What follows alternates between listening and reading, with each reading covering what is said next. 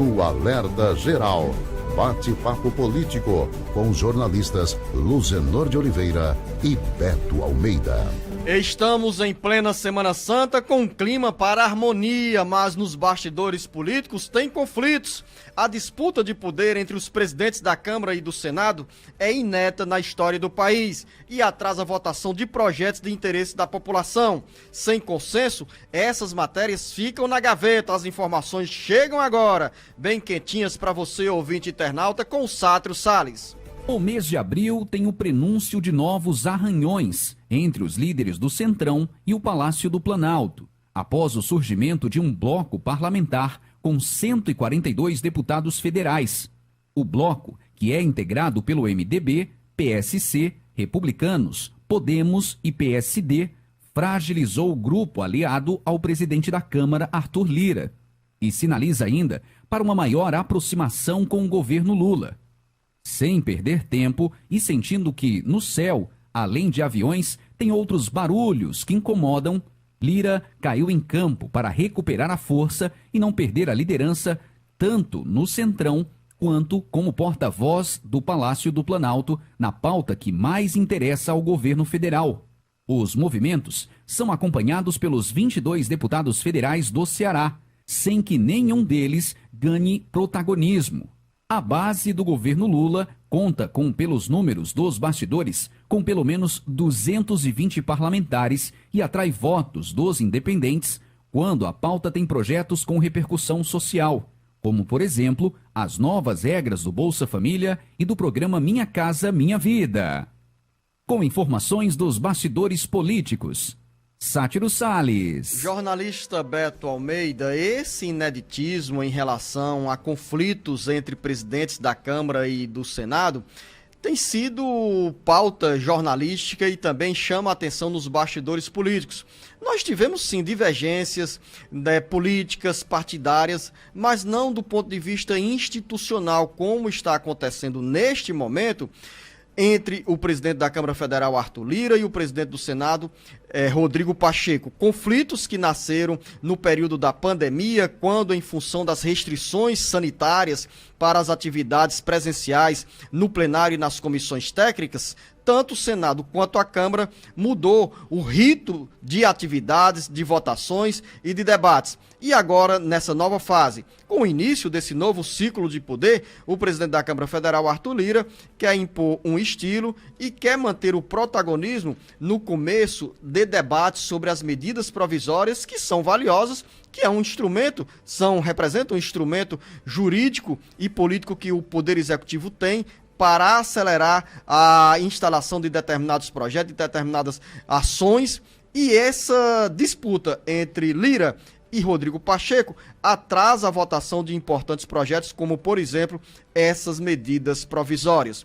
Eu falei aqui, na chamada do nosso repórter Sátiro Salles, esse ambiente da Semana Santa, que deve ser marcado pela paz, pela harmonia, pela ressurreição, pela reconstrução, e temos conflitos no ambiente político. Jornalista Beto Almeida, bom dia. Beto Almeida. A análise política com credibilidade e isenção. Bom dia, Luzenor, bom dia aos ouvintes. Para a gente só colocar um pouco a limpo essa história, Luzenor, é bom que se diga o seguinte.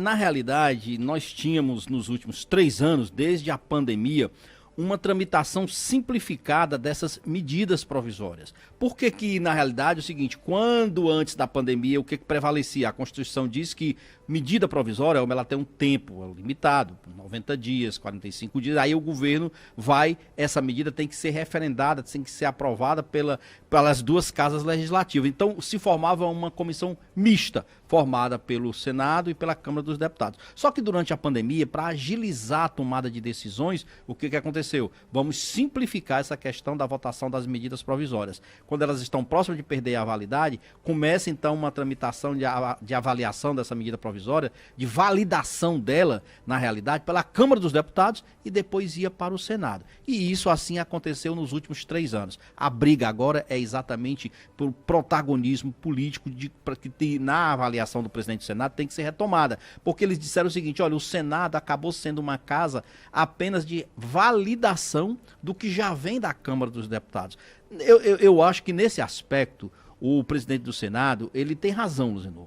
Porque, olha só, se o Senado é uma casa revisora, é uma casa também que tem a sua importância. Se ele já pega uma matéria, uma medida provisória, que já vem em cima do prazo para ser analisada no Senado, já passou pela Câmara, todo o protagonismo ali, todo o debate, toda a discussão, todo o envolvimento que poderia existir em torno do tema, meio que já se esgotou na Câmara dos Deputados. Quando chega no Senado, não tem mais tempo para isso. Não há mais tempo para se discutir e também suprimir ou acrescentar algum conteúdo que seja útil àquele texto que acaba de chegar ao Senado. Eu concordo com você, tem razão o presidente do Senado, Rodrigo Pacheco, nessa disputa, nessa queda de braço aí com o presidente da Câmara Federal, Arthur Lira. Agora, você foi feliz na apresentação e na descrição sobre a tramitação ou o formato de tramitação das medidas provisórias no período da pandemia, e dizer para os nossos ouvintes, jornalista Beto Almeida, porque algumas ficam perguntando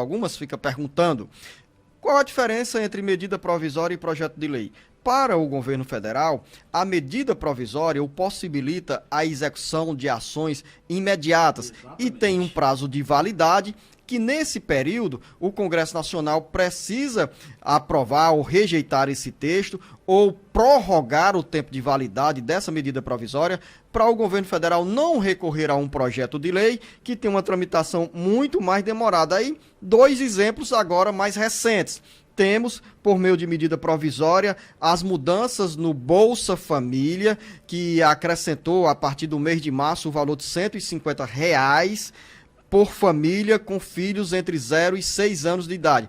Esse pagamento só está sendo possível neste momento porque foi instituído por meio de uma medida provisória. Se fosse por meio de um projeto de lei, teria o governo federal que ia esperar a decisão do Congresso Nacional. Exatamente, do mesmo jeito, Luzenor, da própria reestruturação que foi feita para o novo governo funcionar com esses novos ministérios, com os novos órgãos. Você lembra que o presidente Lula fez uma reforma administrativa. Ele criou 31 novos, criou 31 ministérios, 6 órgãos com status de ministérios, só que fez isso por meio de uma medida provisória para entrar logo em validade, porque senão, logicamente, o governo dele não ia começar com essa estrutura administrativa. Só que isso também tem um prazo. Qual é a diferença agora? Que pelo menos foi feito um acordo. Essas medidas mais urgentes, como você citou, como é o caso do Bolsa Família, como é o caso da reestruturação administrativa do governo, como é o caso do Bolsa, do Minha Casa Minha Vida, do programa Mais Médicos. O presidente da Câmara dos Deputados, o Arthur Lira, já concordou. Bom, então nesse caso aí específico dessas comissões, vai funcionar então as chamadas comissões mistas. Significa dizer o quê?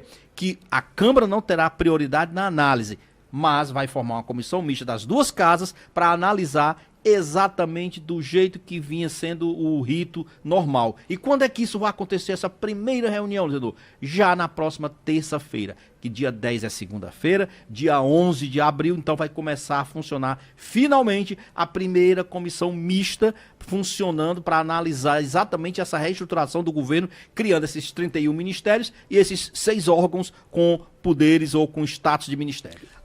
O que chama a atenção nessa pauta, nessa agenda política, jornalista Beto Almeida, é que nesses 3 primeiros meses, vamos colocar fevereiro e março, nós já estamos aqui chegando no dia 6 de abril. Nesse período, nós vimos pouca presença dos deputados federais e dos senadores nesses debates, nessas discussões. À exceção do deputado federal José Nobre Guimarães, que é líder do governo, os demais estão num verdadeiro esconderijo.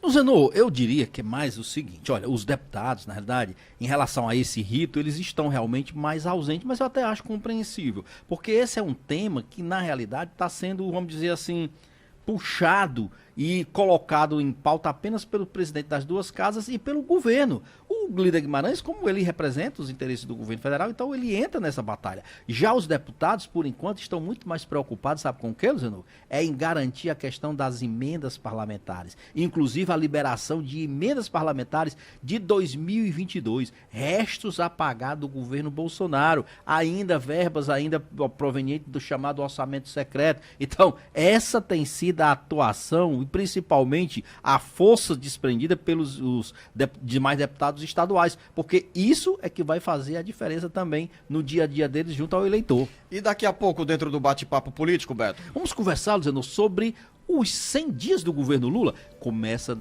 a comemoração na segunda-feira. E lógico, antes dele viajar à China, ele vai inclusive apresentar alguns balanços e ações. Tem também na nossa pauta a história dos precatórios. Você lembra que o governo federal, em 2022, em parceria com o Congresso Nacional, decidiu adiar o pagamento de dívidas às empresas e a cidadãos, homens e mulheres que tinham ações contra o governo federal, ganharam essas ações, mas quem tem dívidas hoje superior a R$78 mil para receber do governo federal vai ter que esperar muito mais tempo. Daqui a pouco.